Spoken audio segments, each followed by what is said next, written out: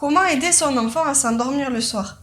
Ça fait un petit moment maintenant que votre bout de chou s'endort de plus en plus tard.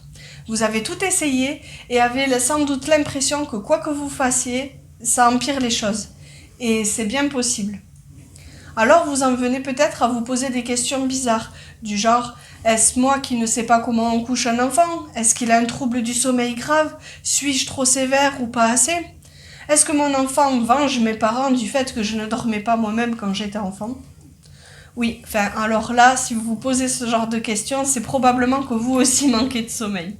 Mais sachez que tout cela est parfaitement normal. Je voudrais vous dire deux choses. La première, les difficultés d'endormissement chez les enfants, c'est quelque chose d'ultra fréquent, mais la bonne nouvelle, c'est que ça s'arrange.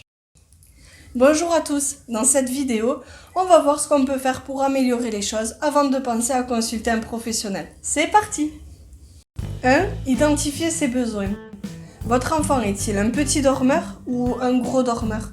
Le meilleur des baromètres, c'est son humeur. On verra les signes de fatigue un petit peu plus tard. Maintenant, si votre enfant a véritablement des difficultés de sommeil, voici les premières questions que vous pouvez vous poser. S'est-il suffisamment dépensé pendant sa journée? Intellectuellement? Physiquement? A-t-il une alimentation équilibrée? A-t-il reçu suffisamment d'attention? A-t-il pu se décharger de ses frustrations? 2. Fiez-vous aux signes de fatigue plutôt qu'à l'horloge. Trouver le bon moment est fondamental. Un enfant qui n'a pas sommeil n'arrivera pas à s'endormir quoi que vous fassiez. Mais en revanche, un enfant trop fatigué n'arrivera pas à s'endormir non plus. Apprenez à repérer les différents signes. Certains vous montreront que c'est le bon moment, tandis que d'autres vous montreront que c'est trop tard, le train du sommeil sera passé. Les premiers signes, ça va être un enfant qui bâille, qui se frotte les yeux, qui réclame un câlin. Et les signes tardifs, ça va être généralement quand il devient grincheux, agité, voire même maladroit. Bien sûr, chaque enfant est différent, à vous de repérer comment fonctionne votre petit bout de chou. 3. Créez un environnement propice. Une fois que vous serez habitué à repérer ces signes de sommeil, il vous sera plus facile d'anticiper l'heure idéale pour le mettre au lit. Il a besoin d'une transition. Alors environ 1 heure et demie avant de le mettre au lit, vous pouvez diminuer le rythme de la maison progressivement. Les lumières, le bruit, éviter les écrans, pratiquer une activité plus calme. Tout ça va favoriser la production de mélatonine et ainsi mettre toutes les chances de votre côté. 4. Créer un rituel adapté.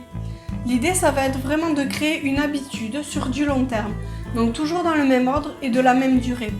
Trop court, ça peut être frustrant, et trop long, ça peut être contre-productif dans le sens où votre bout de chou risque d'anticiper le moment où vous allez quitter la chambre et ainsi s'agiter à nouveau. Du coup, choisissez une activité qui vous plaît à tous les deux. Ça peut être un livre, un câlin, une musique douce, un petit moment privilégié à tous les deux. 5. Soyez vous-même détendu au moment du rituel. L'humeur est communicative et les enfants sont de véritables éponges à émotions. Alors prenez quelques minutes pour vous pour faire le vide et vous recentrer avant d'entrer dans la chambre de votre enfant pour ne pas y ramener toutes les galères de votre journée. Ça peut être de la relaxation, de la cohérence cardiaque, si c'est pas votre truc, autre chose, prendre l'air, écouter une musique, bref, quelque chose qui vous fait du bien.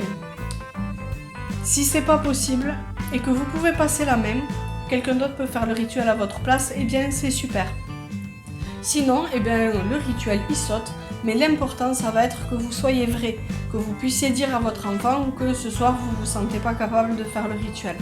Sans faire de votre enfant un confident, le fait d'exprimer vos émotions l'aidera aussi à exprimer les siennes et ça c'est super important. Dans le cas où votre enfant a peur d'aller au lit, faites de sa chambre son petit royaume qui lui ressemble. Vous pouvez vous servir de petits objets supports selon ses attraits du moment, qui vont lui permettre de pouvoir raccrocher son attention sur ces objets plutôt que sur ses peurs. Enfin, évitez de l'envoyer dans sa chambre lorsqu'il fait une bêtise, il pourrait l'associer à un endroit négatif. 7. Aidez-le à verbaliser ses peurs et ses émotions. Certains livres racontent des histoires qui font peur aux enfants. Vous pouvez vous en servir pour l'aider à exprimer les siennes et à s'en décharger juste avant de dormir. En plus, vous allez pouvoir trouver des arguments qui vont lui permettre de réduire considérablement ses peurs, puisque ça va le rassurer. Bon, maintenant, si vous voyez que ça lui fait encore plus peur, n'insistez pas bien sûr.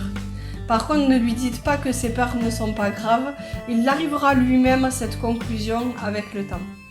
L'important, c'est qu'il se sente compris. 8. Encouragez-le à rester dans son lit. Le fait de valoriser ses petits progrès vont lui permettre de gagner en motivation et ça va lui donner envie lui-même de rester dans son lit. Et puis grâce au rituel que vous avez mis en place, normalement il devrait finir par lâcher prise, se retrouver apaisé, dans le sens où il ne va plus chercher à mettre en place des stratégies qui l'épuisent pour toujours sortir de son lit. Et ainsi retrouver plus de sérénité. 9. Tenez dans le temps. Vous aussi, ne vous découragez pas, essayez de vous détacher du résultat.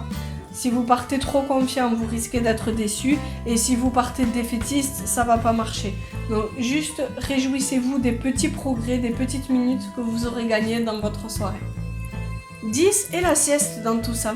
Alors on peut être tenté de la supprimer, c'est parfaitement humain pour que l'enfant s'endorme plus tôt le soir. Mais souvent c'est contre-productif car plus il est fatigué et plus il aura du mal à s'endormir. Et même s'il ne dort pas, une simple coupure c'est indispensable pour son bien-être. Si vous ne voyez pas d'amélioration ou que c'est déjà ce que vous faisiez avant et que votre enfant vous le trouvez fatigué, parlez-en à votre médecin, à un pédiatre ou à un psychologue. Ils seront les seuls en mesure de pouvoir poser un diagnostic et de répondre à une demande spécifique. Il y a peut-être une explication biologique ou psychologique derrière tout ça, qui sera important d'élucider.